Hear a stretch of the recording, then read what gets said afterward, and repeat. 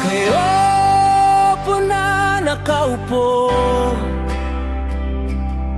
subukan niyo namang tumayo,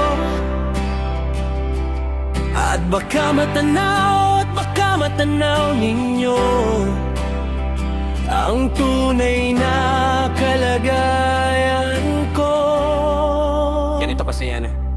Tao po, nandyan po ba kayo sa loob ng malaking bahay at malawak na bakuran? Mataas na pader, pinapaligiran at nakapilang mga mamahaling sasakyan. Mga bantay na laging bulong ng bulong, wala namang kasal pero marami ang nakabarong. Lumakas man ang ulan ay walang butas ang bubong. Mga plato't kutsara na hindi kilala ang tutong, at ang kanin ay simputi ng gatas na nasa kahon. At kahit na hindi Pasko sa lamesa ay may hamon. Ang sarap sigurong manirahan sa bahay na ganyan. Sabi pa nila ay dito mo rin matatagpuan ang tao na nagmamayari ng isang upuan, na pag may pagkakataon ay pinag-aagawan. Kaya naman hindi niya pinakakawalan, kung makikita ko lamang siya ay aking sisigawan. Kayo po na nakaupo,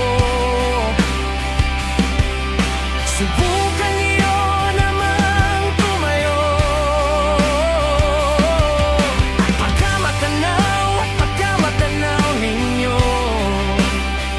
ang tunay na kalagayan ko.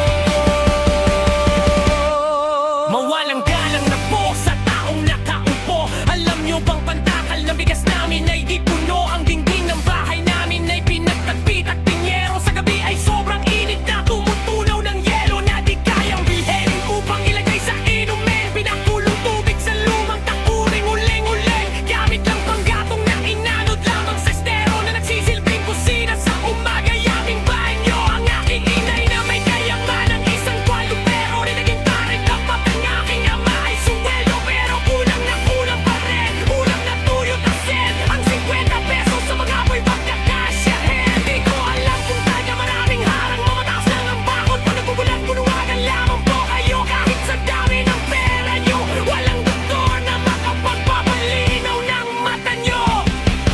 Kaya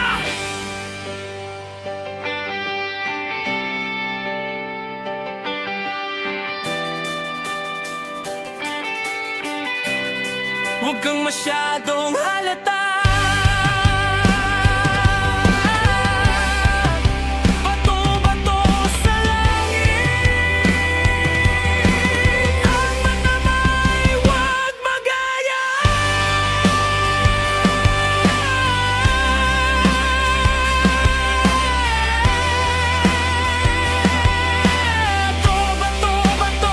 Bato sa langit,